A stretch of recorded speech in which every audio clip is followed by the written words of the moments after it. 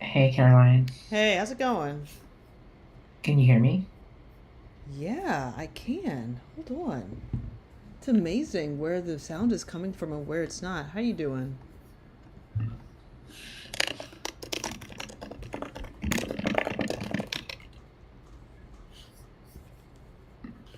Yes, I can hear you. I'm Oh, sorry. okay. Perfect. How you doing? I'm good. Just got myself together. You say you're Um, getting yourself together? yes.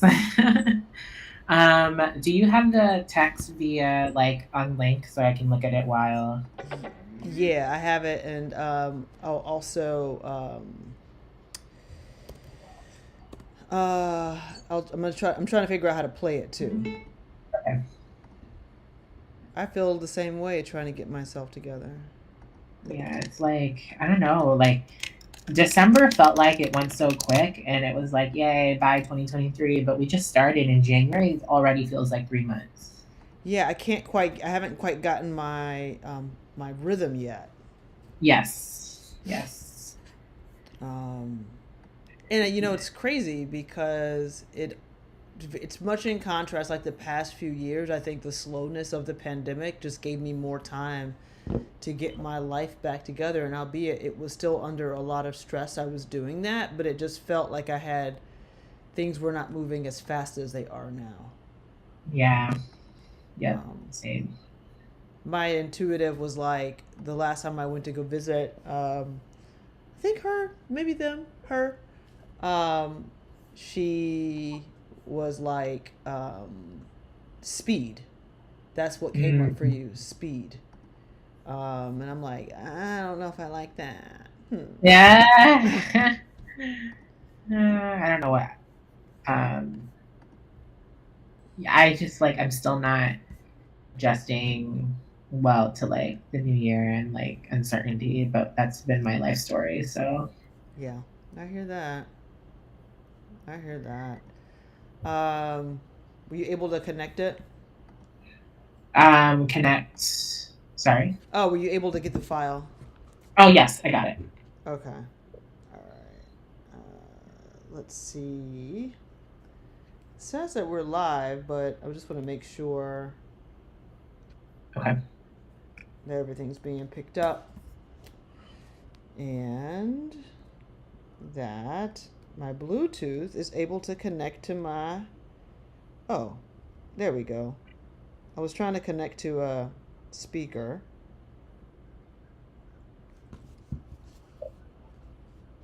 Let's see. Are you, by the way, still doing the website shift? Slowly but surely. What you mean for Okay. Mighty Networks? Yeah.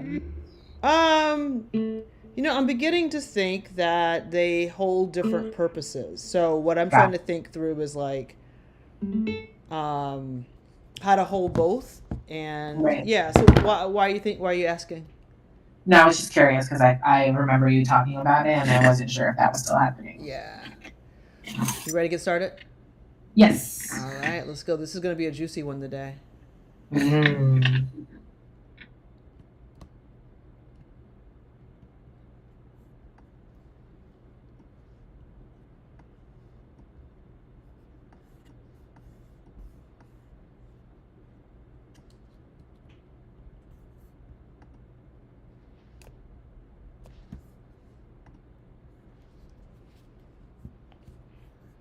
You here?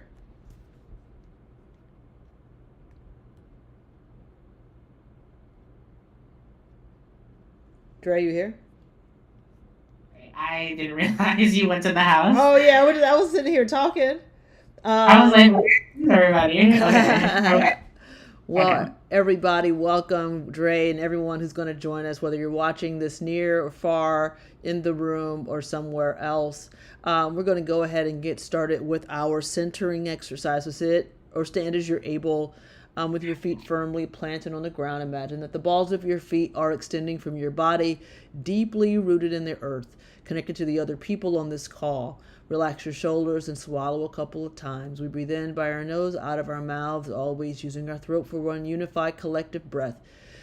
For this breathing exercise, breathe in as long as possible, as slowly as possible, and as deeply as possible. Let's breathe together. Inhale, breathing 1, 2, 3, 4, 5, 6. Hold it. And exhale.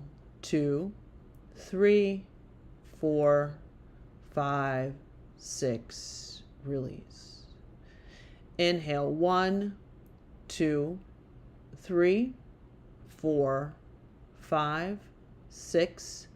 Full expansive lungs. And exhale. 2, 3, 4, 5, 6. Release. Deepest breath of the day. We're taking it together as one collective people. Inhale. 1, 2, 3, 4, 5, 6. Hold it. And exhale. 2, 3, 4, 5, 6. Release. Open up your eyes. Come back to center. Dre, 2024, how'd that feel this morning?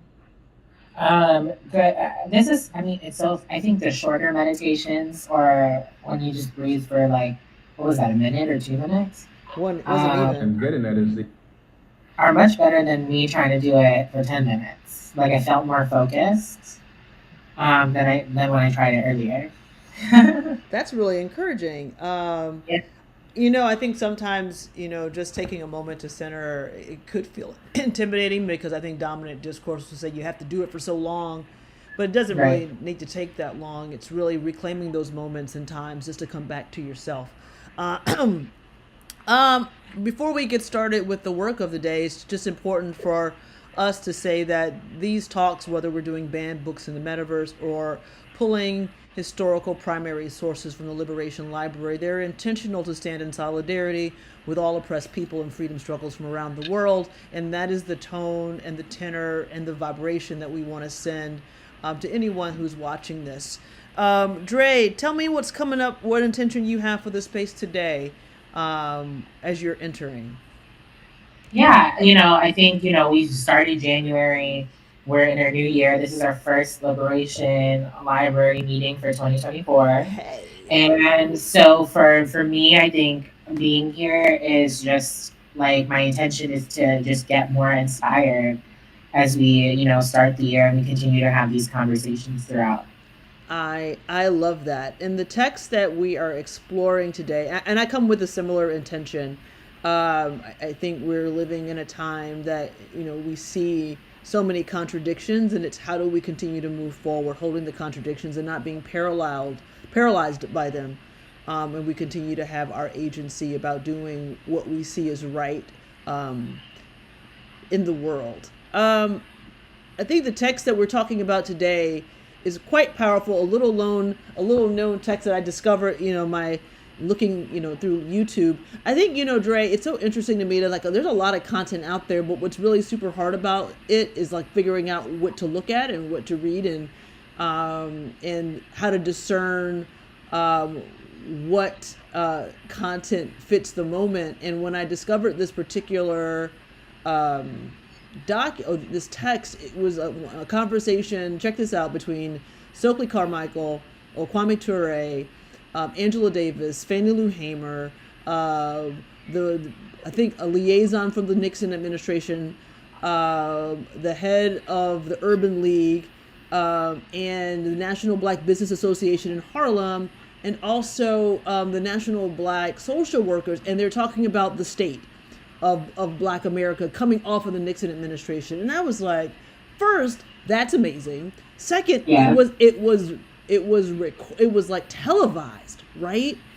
Yeah. Third, what was so interesting to have that many different people and different ideas and how they could all talk with civility and respect for each other. Right.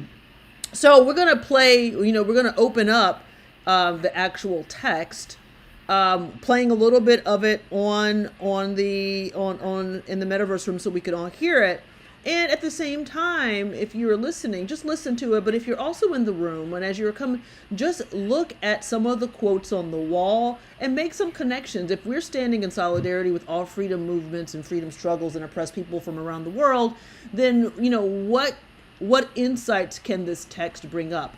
And help us think anew and revigorate and re-energize our own creativity. I think one thing that's super important is when we do ban books in the metaverse, we're talking a lot about coming of age stories. So I also want us to think about what does it mean to come of age right now, and how can this historical context create new dimensions of what coming of age narratives need to look like and sound like and feel like to continue to be culturally relevant and responsive. So with that, I'm going to just start playing a little bit of the YouTube video of the text. It was sent out on LinkedIn, so if anyone was able to catch it, awesome. But I'm going to go ahead and press play and give it a little ride for 5 minutes and then come back and see what comes up for us and what we heard. How does that sound? Sounds great. All right, let's rock. Looking to change the system with that objective in mind can do very much inside the system once he doesn't lose sight of his objective. An example that comes to mind is that a few years ago, it was found out that one of the advisors for President Thieu was working for the Viet Cong. I do think that we make a mistake if we talk about this in terms of absolute doctrines, if we talk about it in terms of black people and integration or black people and separation. It seems to me that that's a false dichotomy that has been set up in terms of the way in which the debate is discussed. The real issue I feel for black people is one of empowerment and one of redefinition of the way in which black and white people are interacting in society. I feel that's what we must be about. Well, I think that if you consider the fact that this system, this capitalist system under which we're living today is designed in such a way that nobody except a privileged few can attempt to express themselves or contribute to anything, there's no doubt about the fact that we have to talk about revolutionizing the system before anybody can live in any kind of human fashion together. I would just like to point out the fact that I have seen with my eyes societies where people of different colors have learned how to live together, each maintaining their own cultural identity, but each fighting to build and to continue to construct a socialist revolution together. I was in Cuba not very long ago, and I saw with my own eyes how black people, brown people, and white people have reached the point where they can work in harmony towards the building of a socialist society. Any other responses? Let me just maybe add to what Brother Brown said over there just a moment ago. I think the key question is that certainly it's a good idea to work toward a total input by all I suppose, ethnic groups in our society, blacks and what have you. But the key thing is whether or not you have a sufficient amount of power within yourself to affect the system when the system is working against your vested interest. In school some years ago, we were taught to think of America as a melting pot, and I think the current administration has proven that there are ethnics who are unmeltable, because even though they are invisible, they are still there to identify with their own vested interests as a people. I think as black people, we've got to become concerned, first of all, with what our vested interest is in either preserving the system or changing the system. And once we make that determination, then the direction that we have to take is clear for us. For instance, if you look at the various arms or branches of government, they represent different interests, yet there is none that represents our interests. For instance, the business interest is represented by a branch. You will never find that branch, going contrary to what the interest of business happens to be. Yet there's the labor interest, and only here lately have we found some differences there.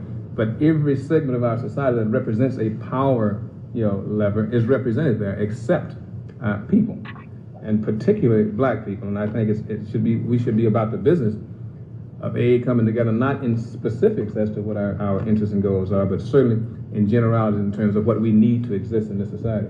Let me ask a question about your comment. Would it be correct to infer from your comments that you would suggest some attachment of a power mechanism for black people to the governmental apparatus as a solution to the empowerment of black people? No, I think what I'm getting at is the acquiring of power within the black people themselves to affect the system in any way it needs to be affected in order to produce on behalf of the interests of black people. I'm not saying we should have a black agency. That's not what I was referring at all. I'm saying that every other ethnic group in our society has, by some means or other, acquired the power to move out of their depressed or oppressed situation, with the exception of black and brown. I think what I'm saying is that whatever that power has to be to move the government or move local structures, that's what we need to be about. And I think that this vested interest should be the basis of our movement. So I'm going to stop there. Dre, so curious about what you heard, what came up for you, if anything. Yeah. Yeah. A lot. I feel like I'm still trying to grapple with some of the concepts that were definitely talked about. I think one for sure was around this idea of capitalism, and I forget who was talking, but they were talking about like the ideal around like every person, no matter what color, was like living in harmony. Oh yeah, that's Angela Davis talking. Yeah, and then the second thing that came up for me, I heard a lot about, is like this idea around power. Who has it? Where? How can we get it? How is it distributed? Who has power? I think all of those things, a lot of the things that we talk about in Liberation Library are like very relevant to 2024 now. And yeah, I'm curious to hear what your thoughts are, and I can add on to that too. Yeah, so I think there are a couple of things. It's one, how relevant it is, and I think it's really powerful to watch these intellectuals. And at the beginning, they were really clear. They're like, we're not like appointed leaders. We're just doing what we're supposed to do, right? So I thought that distinction was like where someone calls you a leader and where you're like, I'm just doing my job. Those are two like different things. I thought that distinction, and we didn't hear that particular part of the clip. I think that what was immediately coming to mind was when Angela Davis was talking, and I remember like when the embargo was lifted, Michelle and I had the chance to go to Cuba. And Dre, let me tell you, I was like, oh, we're effed up. And the reason why I said that is that we're on the beach, and there is one family where in that family there were people of every single shade, right? Every single shade, from looking like you came from Norway all the way looking like you came from Ghana, right? All together as family playing. And I looked at then I was like, that would never happen in the US. Right. How effed up are we that could never happen? Right. And it's funny, and you're talking about a beach, right? And it was at a beach. Yeah, and I think about beaches here in the US, that there's like a separation between like who gets to use a beach and who doesn't get to, like, who shows that. Yeah, and and you had this, in America we'll use like the phrase black and white. So you had this very, very white man who we would describe him as white, holding a very, very black baby, and I was like, that is so odd to see in our country as his child, right? Right. And it was not even, and I noticed how everyone else was actually proceeding as this is business as usual, and how aware I was that I've never seen that before. Like there wasn't like a narrative like, oh, this is a child that we adopted, or it's like no, they were operating straight up as family.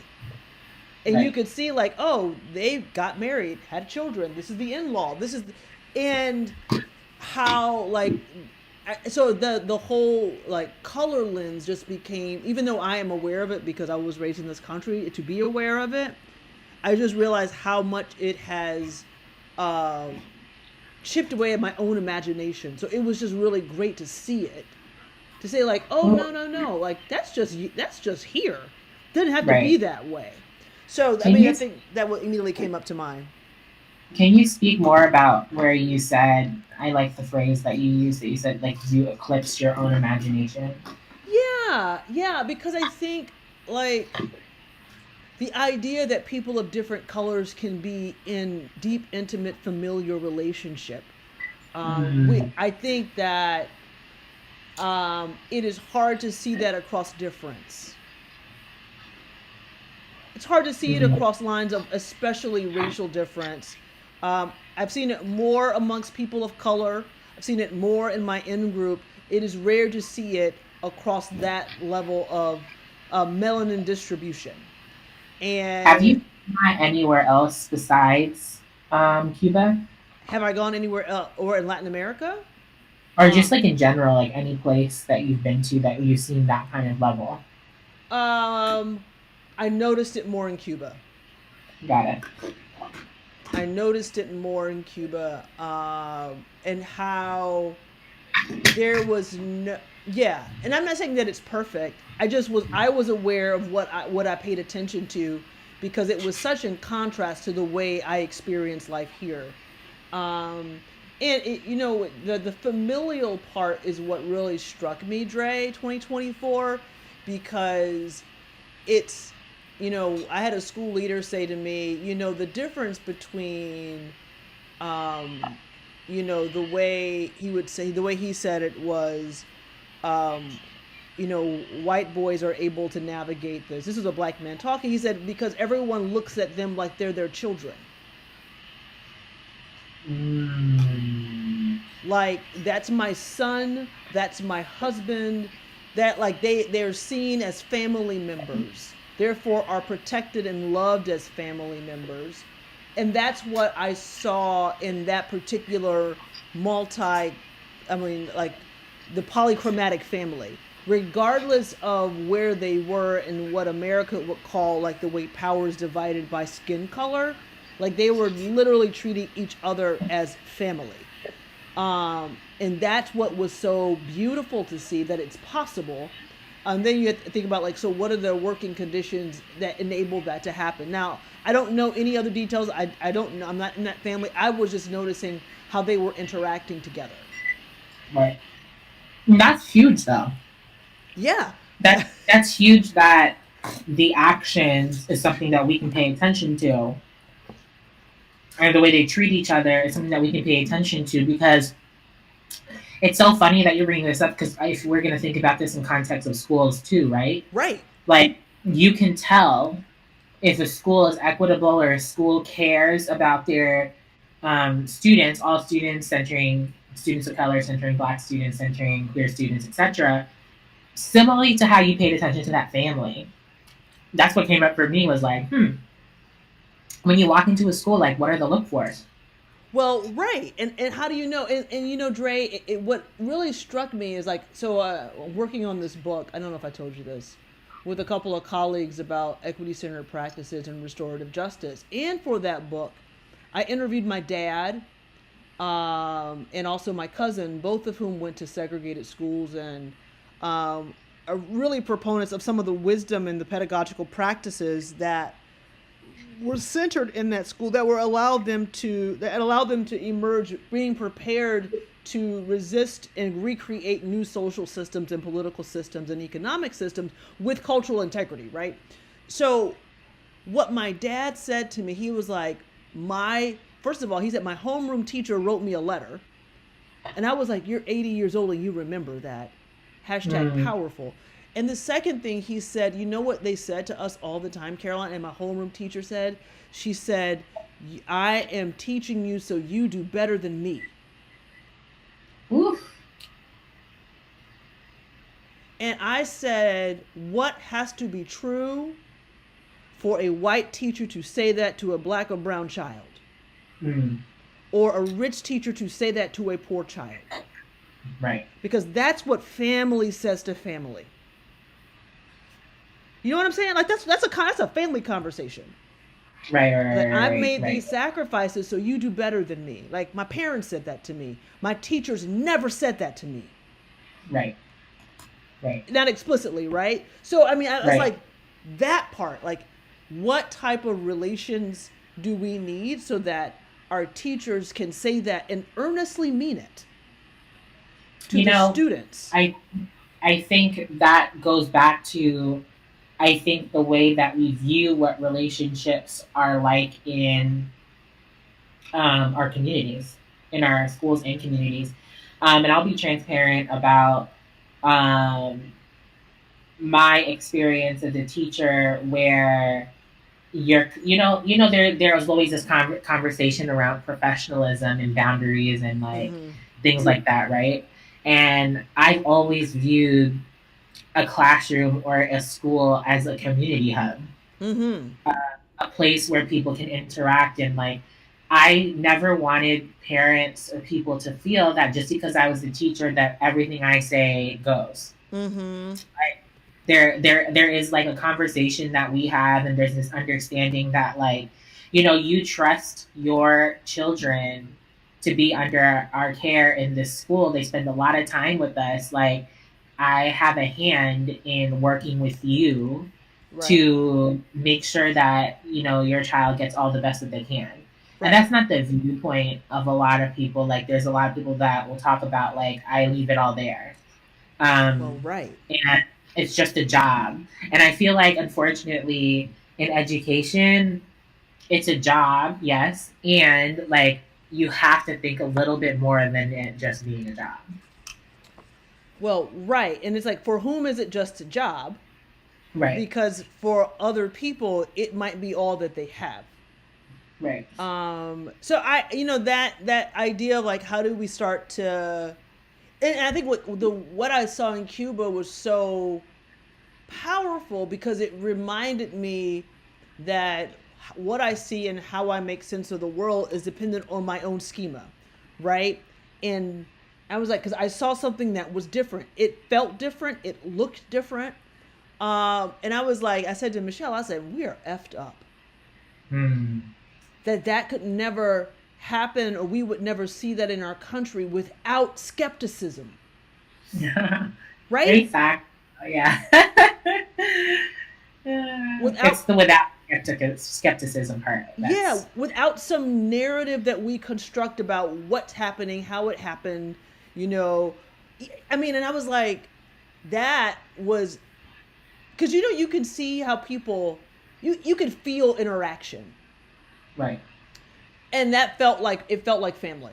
It felt like family. So I would like for us to take a couple of moments and just quiet I might play some background music and just take a look at some of the panels that are around us and behind us. We have some of the panels from the conversation from the Bluest Eye. We have, some panels from the actual liberation conversation featuring Angela Davis, Fannie Lou Hamer, Kwame Ture, and some others. And some of the panels up from the conversation between Grace Lee Boggs and Angela Davis. And for this part, while the music is playing, let's just find some connections.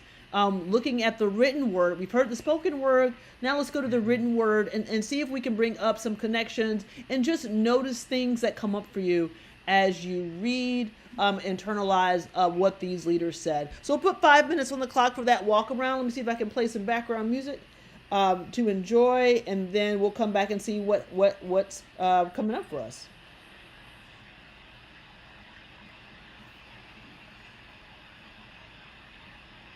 Let's see.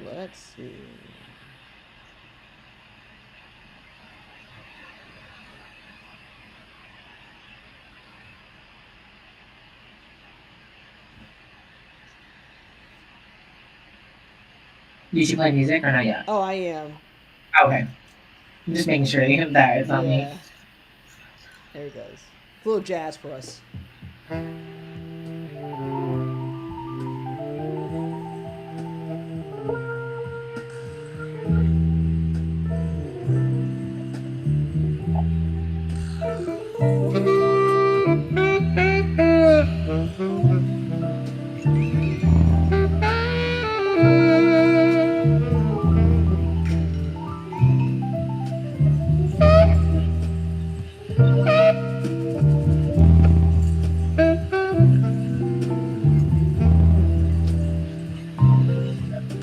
He poured all of his soul into a tenor saxophone.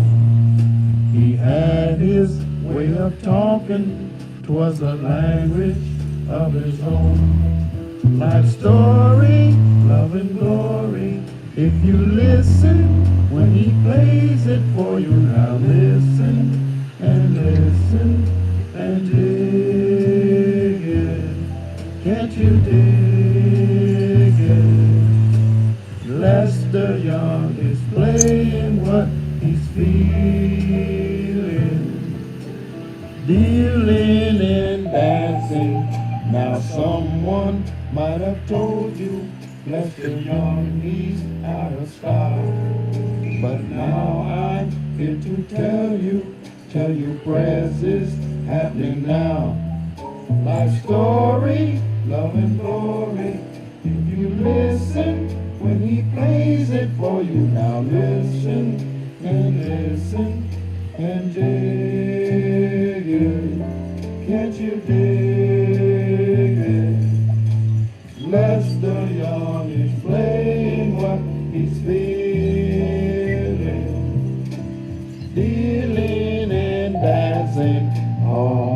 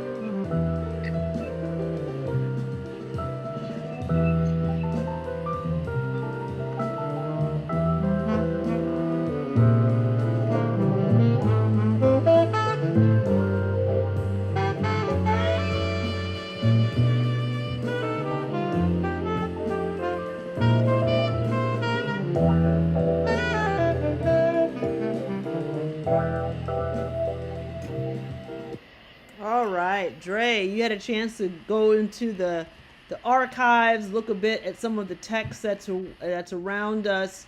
I'm curious about what you noticed, what came up for you when you made these connections. So the ones that are actually right behind you, the theme that I got from them is this idea that we have to like get together and work together to make this change happen. Yeah. I'm like really intrigued by that last post where it was like, it is forcing us to get together. And I think that the change will come because we have to. There's nothing handed to us on a silver platter, and we have to work together for a change in the South. Yeah. And then also behind you is the collectiveness around. Um, I thought I read something about the Mayans, and I think we read that before about like the achievements of the Mayans and the advancement. Has been. Sorry. Oh, so that's okay. The advancement of technology, but I think the one that is behind me, which I'm trying to like turn around to see it, because this one is interesting because it's talking about cars, but I feel like you can take this on every facet of our society. Yeah, talk right to now. us. Yeah.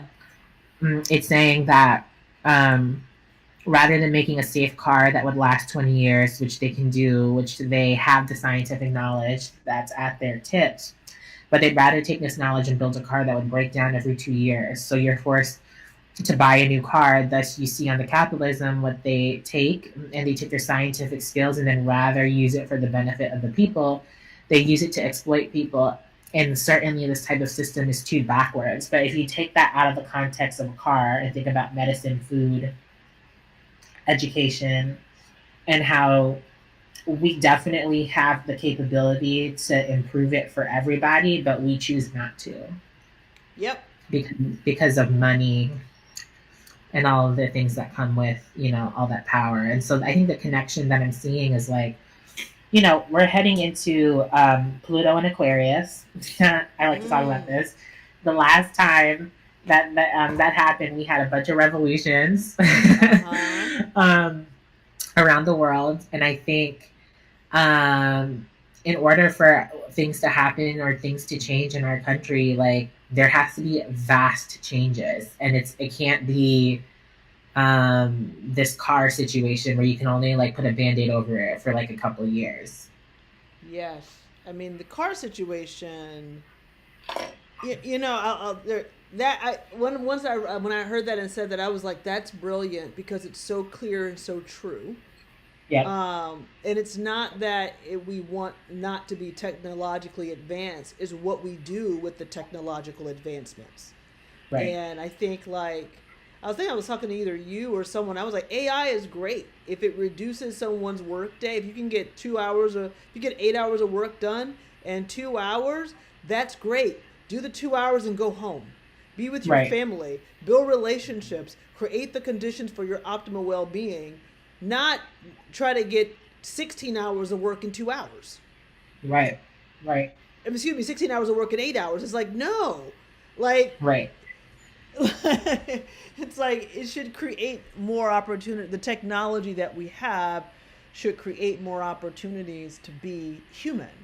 There's something else that, I had a friend called and said, they work in an equity firm, and they said, a lot of conversations stop because of, the fear of being capitalists, right? Because there's a lot of rhetoric that connects capitalism to white supremacy without necessarily having a real clear through line.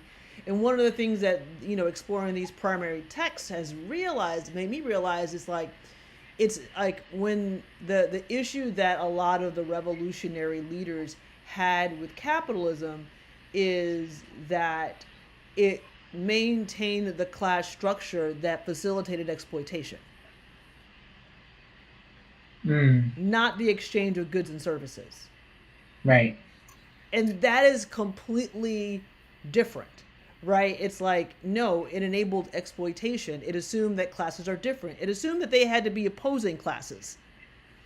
That's the hard part. And when you have opposing classes, you then create the conditions for exploitation of one over the other. And I think that level of nuance is so important. Because it allows just more depth of conversation. What does that bring up for you? Because the thing about the capitalism is it's real and true. And I think also like the belief in capitalism is also very much tied to conversations and narratives around nationalism.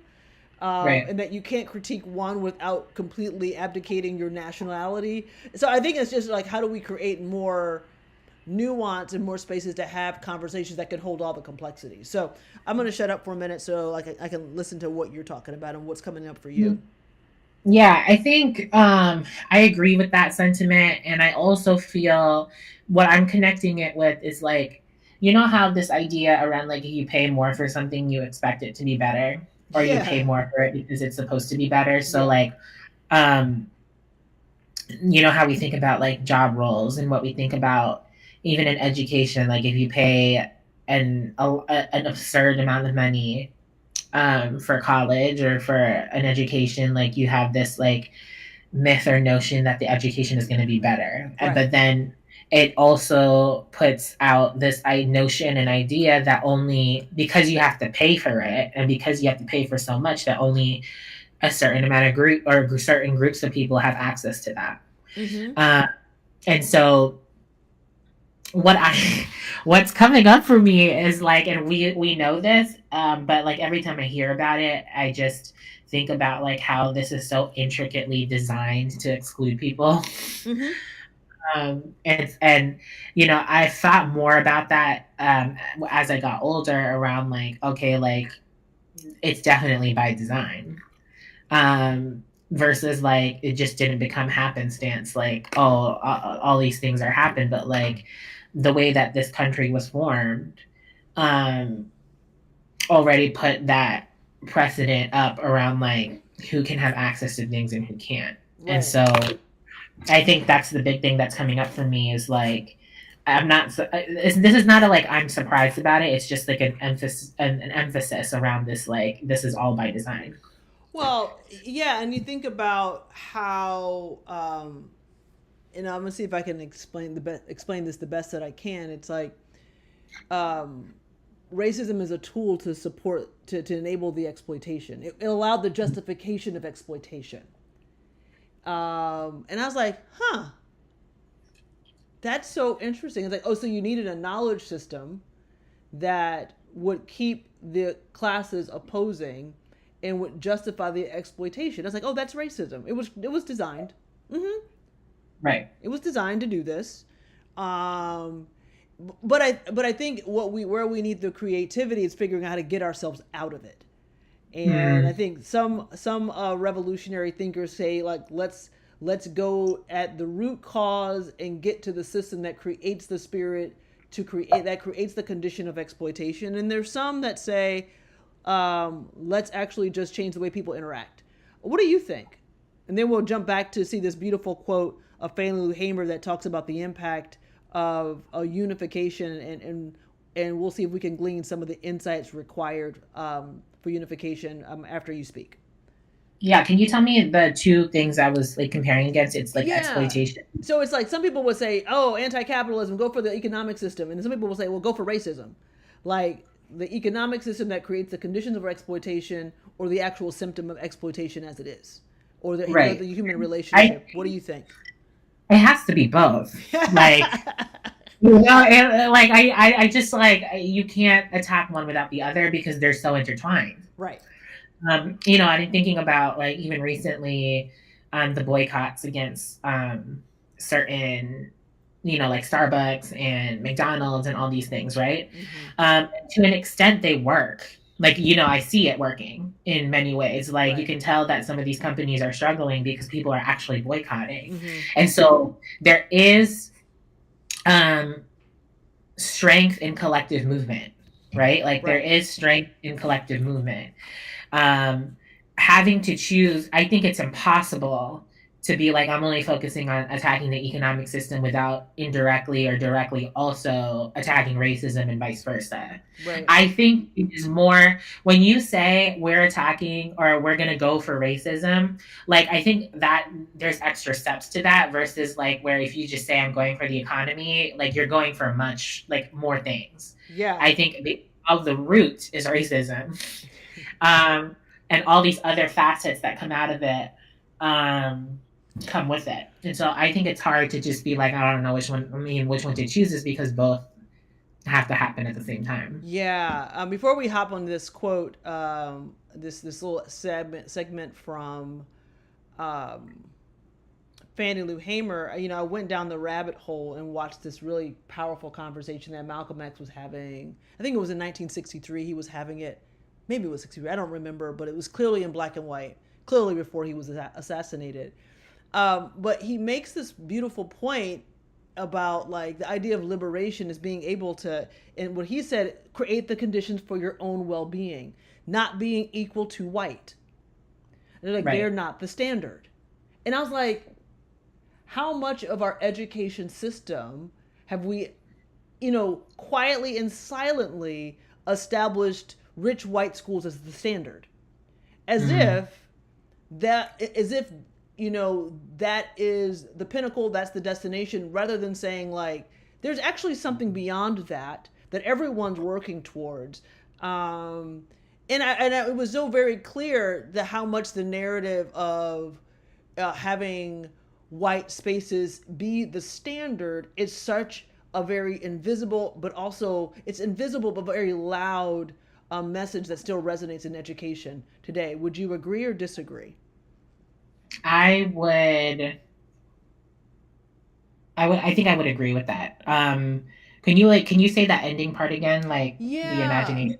Yeah, it's like, the way Malcolm X said it, he was like, when I see conditions for my optimal well-being, having everything in place so I can develop as a human, he said, I would not argue that being white is a part of that emergence, right? It's like, why would I try to be like the people who are oppressing me?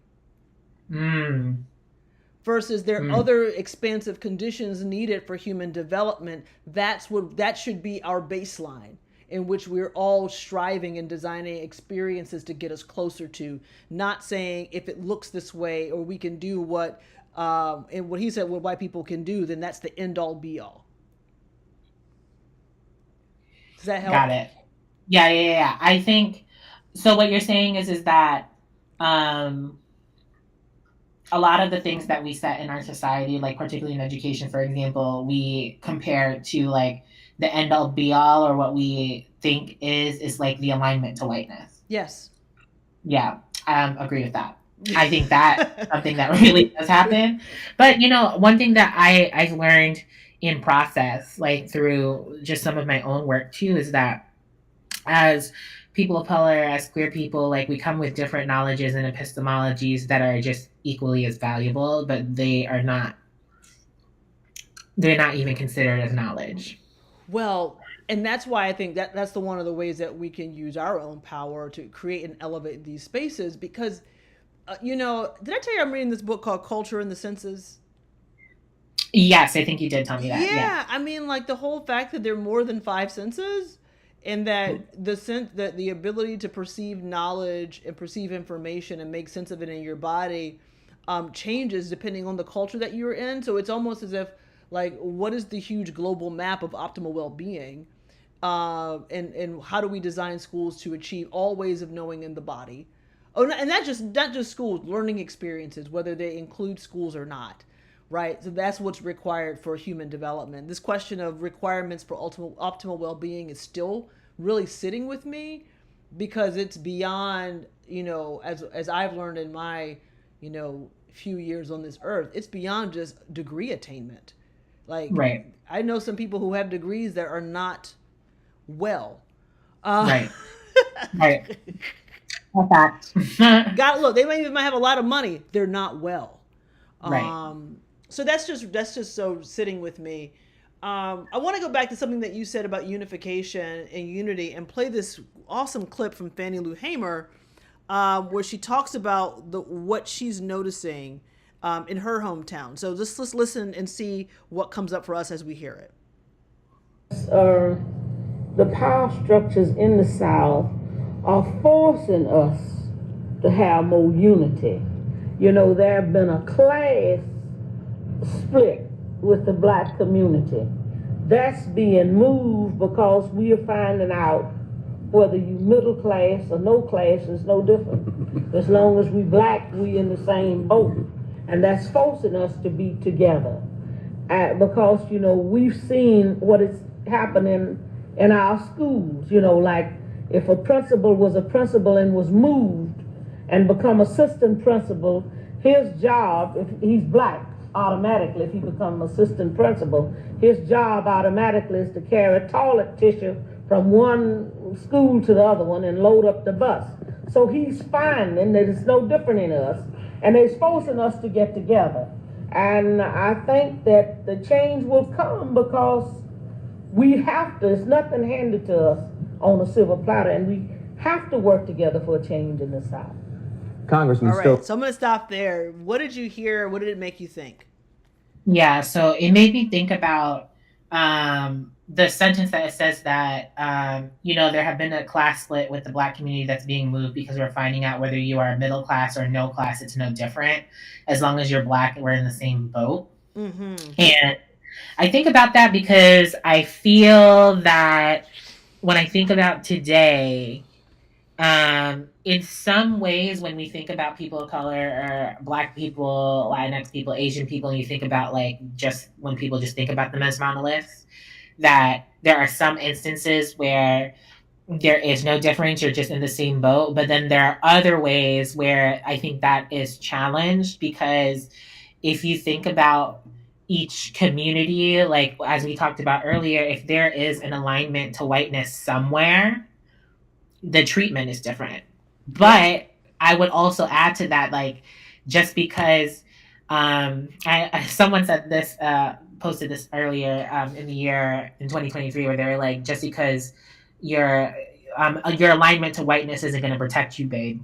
Like, you can do that all you want, but there's always going to be that ceiling where they're going to make sure that you're not, you don't get that power or whatnot. And so I think that's what came up for me as I saw that. That's also connected to the quote that I said earlier that I saw behind you, where it talks about it's forcing people to come together. And I wonder in 2024 how much you've ever, I think do we want to call it an awakening to accelerator? We can make up a new word. Yeah, what's the word? I don't know. I don't know. Let's call it an awakening until we can go back into our own indigenous epistemologies and find a word that best describes this moment. Right. I think that as people are returning home, I see that there is a recognition with some parts of our population that we have to move together. Mm-hmm. But I don't see it everywhere, and I think we're going to need we need a much more critical mass than what we have right now. Yeah. Yes. What do you think will, what's interesting, I think the level of solidarity that we saw in 2020 and 2021 was because of the pandemic. Because it did not, I think we saw assaults of the power structure on all communities. Even if we just take the lens of the police brutality, it was like no one was spared unless you were rich. Right. Right. And even like the state sanctioned police and also the vigilantes that saw it as their job to remove people of color from the land. I want to just listen to one more quote, and then let's talk about what has to be true to teach this story or even make it available for students. Can I add one more thing? Of course. About the pandemic, because I think when we were all sitting at home, the pandemic definitely, even though it was there, but I think for people who hadn't really seen it, the pandemic exposed the inequities like in real time on social media. Like we have all these things that expose it now. Yeah. And then we're watching it. So I think about like schools, for example, like which schools got to close, which ones got to go virtual, which ones had higher attendance because they had the access for internet at home, and also the recognition that like you could have actually given us free internet, like because people all of a sudden were like, oh, here's the internet. Here's some free internet. And like, you could have done that before, it's just like, you didn't really help us with that.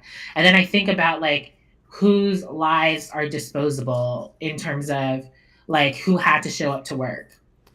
I think about, our grocery store workers, our frontline workers, nurses, doctors. Like I think about people who had to put their bodies on the line and all of that was live and center and that really disturbed people, which is why I think like there was this solidarity. But I have this like feeling or not feeling, but like one thing I've noticed is that we had an opportunity to be innovative, creative and move forward, but I think we kind of like took steps back. Yeah, I agree. I agree. I think we had an opportunity to be innovative. One of the things I've been thinking about, Dre, 2024 is because, work from home and remote work will not go anywhere, and it's going to have huge implications on the shape of relationships and going forward. But, there's this idea like, why can't we just give bonuses to people who actually have to have their jobs be in front of people? It's like if I Right. can work from home in my PJs and like I'm not saying like I want to take a pay cut, but like give people who actually have to be in front of people a bonus. Like Right. you have your in-person bonus, um, Right. and those jobs need to be funded because there's still parts of our society that require that, but pay them more because they're literally risking their lives. A fact. Yeah. I mean, let's play one more clip and then let's talk about schools. This is from, I'll say Her Majesty Angela Davis. And as she's talking about, I don't know what she'll be talking about, but let's see. It's going to be genius. I think it's important, especially for those of us who are here this afternoon, to recognize that if the Republican Party will go that far to sabotage the Democratic Party, to sabotage that kind of opposition, what have we already been experiencing insofar as repression is concerned, and what will we as black people have to face in the future? Because there are many of us who feel that not only the Republican Party, but the Democratic Party as well is committed to upholding a system of exploitation and racism. If you look at the McGovern campaign, McGovern didn't even raise the question of racism, and he was supposed to be the far left wing of the Democratic Party. So I think it's important to see this Watergate scandal as being an indication of the real threat of fascism. And I think, All right, that's a great place to stop. Dre, you said, LOL, that's the part. Talk to us about what you meant, what that brought up for you, and then we'll shift our conversations to school, especially as we're entering this election season. Yes. So, first, the whole Republican Party thing is hilarious, like, because, again, this is still relevant to today. But I think what's important to recognize is that you know how I feel like this election cycle and this election year, I hate the whole like the lesser of two evils thing. And it's like we can hold both parties accountable for like things that they're upholding. Right. Like because you're a Democrat doesn't mean that the platform that you stand on, while that is more liberal than a Republican Right. standpoint, you're still upholding structures that are separating people of color, particularly Black people, to be able to feel belonging and participation in this country. So I think it's kind of interesting. Like that's why I said that's the part, is because I'm just thinking about, as it's starting to be, what is it? Primary season. Yep, caucuses to pick one Republican Party, and then now there's this conversation about like people need to vote, people need to show up, but it's also like we haven't seen any. Well, we have seen some changes, but we haven't seen a lot of changes that are going to like move the collective forward.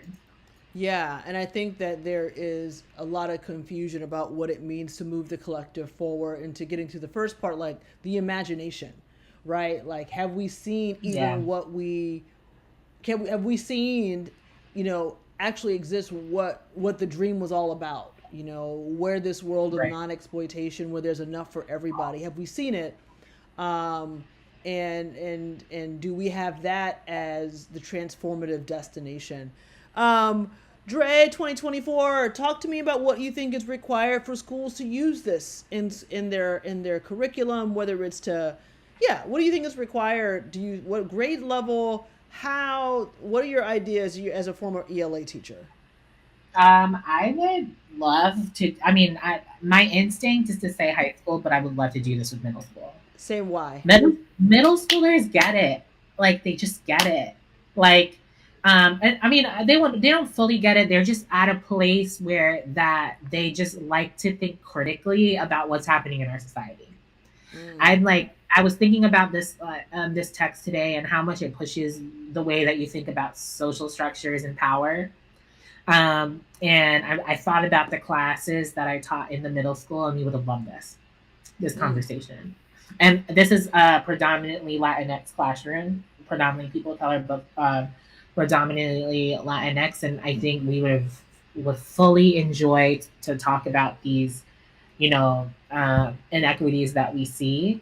I think what it takes for schools to include this, I think teachers, leaders need to have that courage to be able to have these conversations. But I think it's just the acknowledgement that, we're at a time where they're erasing histories, erasing certain groups' histories, banning books. And, I'm a little less optimistic around like, oh yeah, we'll just throw this in the curriculum. But I think it's dependent on like the leaders and the teachers um, to bring this into this space. But I know one of the questions you're going to ask me is like, how can we do this and still keep our jobs? The other thought is like, okay, this is not happening in the classroom. Where can we do this outside in third spaces and counter spaces, in libraries to continue these conversations so that they are happening, even though they're trying to take them away in our public school structures? I love that. Third spaces, counter spaces, and libraries. Well, that's the spirit of this particular space that we are in today, the Liberation Library, where we have discussed and will continue to discuss Black Leaders Discussion in 1973, featuring Angela Davis, Kwame Ture, Fannie Lou Hamer, some other really prominent leaders. Thank you all so much for this particular discussion. We're always here on Thursdays at 11 o'clock, and you're definitely welcome to visit the space at any time, even if we're not here broadcasting. This is House of Legends and 228 Accelerator signing off. Have a wonderful day. Namaste and be well. Talk to y'all later. Talk to you later. Bye. Bye.